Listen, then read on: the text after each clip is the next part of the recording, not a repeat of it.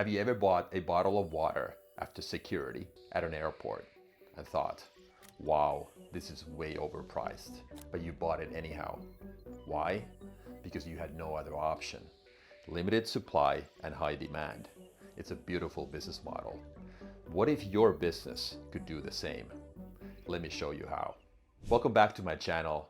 My name is Erkka Suvanto. Many of you call me EJ. I'm the guy who's on social media, building a legacy and passing on all life and business lessons to each and every one of you.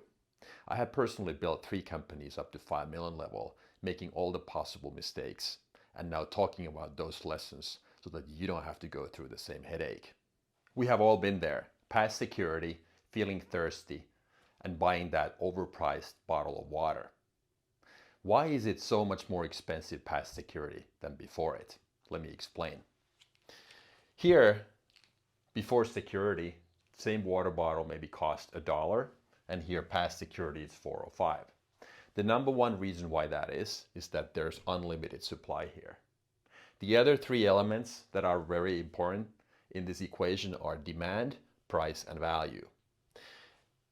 As I mentioned, unlimited supply. If I'm the passenger, I can actually decide to fill up my water bottle at home. Or on my way to the airport, I can stop by my local convenience store or grocery store and buy those water bottles there. Or maybe at the airport, there are vending machines or kiosks that do the same job. So basically here, the value exceeds price. People get what they need, a water bottle, but the value is cheap. So in their eyes, it's a good deal. That's something that every business wants to achieve. Value exceeds price. But what's the problem? The problem is that the margins are really thin. Here, on the other side, the reason why we have that $4 water bottle is because of limited supply and demand being high. Okay? But the problem here is that our value doesn't really exceed the price in the eyes of many people. So maybe the value is equal to the price, or maybe actually the value is lower. And under normal circumstances, nobody would be willing to pay $4 or $5 for that regular water bottle. So our goal is basically to combine the two. So we want to make sure that the customer experience of higher value and lower price is achieved, but we also want to make sure that we can charge more. We can raise prices and still have happy customers. That's our goal. So raise prices and value still exceeding price. What's the problem? Why are so few companies able to achieve this? The number one reason is that when companies are serving everyone, they are just another face in the crowd. And by serving everyone, at the end of the day, you really serve no one. So blending in is not a good option, but standing out would be. So that's something we are going to describe today in this video and solve that problem for everybody. What's the solution? The key is to specify your niche so clearly that you are not just the best option out there, but you become the only option. So the starting point is a solution provider in the marketplace. Next step is the best option out there. And then the most desirable state is the only option. That's an example of specific market niche. Like in our airport water example, past security, limited supply, people have to, whether they like it or not, buy that overpriced water from those vendors. In our case, the only exception, we still want to make sure that value always exceeds price. A couple of real life examples. What if I'm a personal trainer? Instead of being a general trainer for the whole population, what if I narrowed my niche down? I could become the trainer in my city, in my zip code or postal code for new moms who are trying to lose baby weight. The same way with, let's say, marathon runners above the age of 50, trying to get in better shape. Very specific, narrow segments that define our solutions.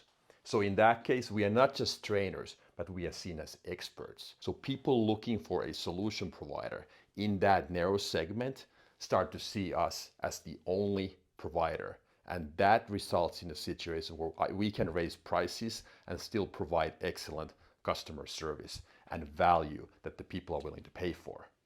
Another example, I own a coffee shop. Instead of just serving regular lattes and other drinks, I could actually become a specialty, single origin drink provider.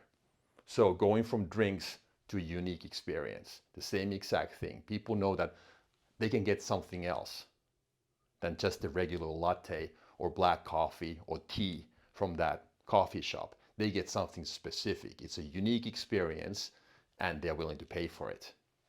Keep those in mind. Next step is the question about how to do it. 1, 2, and 3. 3 simple steps to get going and make sure that you become your category of one. Step number 1, find your unique edge. What is it that I'm good at? What feels like play to me but work to others? Is there a game that I play that's very slow to me but other people struggle to keep up? Wayne Gretzky was said to be the kind of hockey player, the greatest all time, who was able to slow the game down. So in front of him, his hockey IQ was off the charts. So everybody else was struggling to keep up with the pace, but Wayne Gretzky was able to slow things down and see every move like in slow motion. That's the type of thing that we start. Something that's so unique that only us can handle at an exceptional level. Step number 2, serve a specific audience.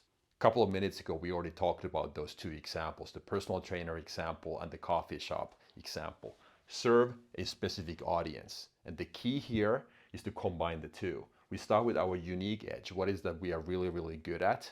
And then we combine that with the target audience, not the other way around. We start with something that we have passion for and we have deep interest in. And over time, this becomes even a bigger and deeper strength for us.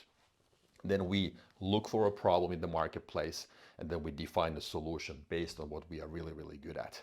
In that personal trainer example, starting point obviously is that I know what I'm doing. I'm a good personal trainer. Becoming a category of one is a strategy.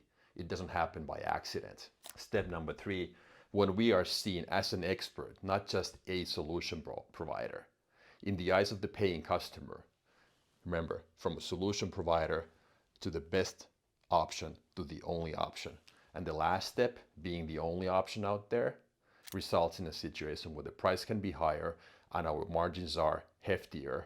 And at the same time, most importantly, the paying customer is happy because we actually know what we are doing, like in number 1, and there's a specific audience that is 100% matched with our unique skill set.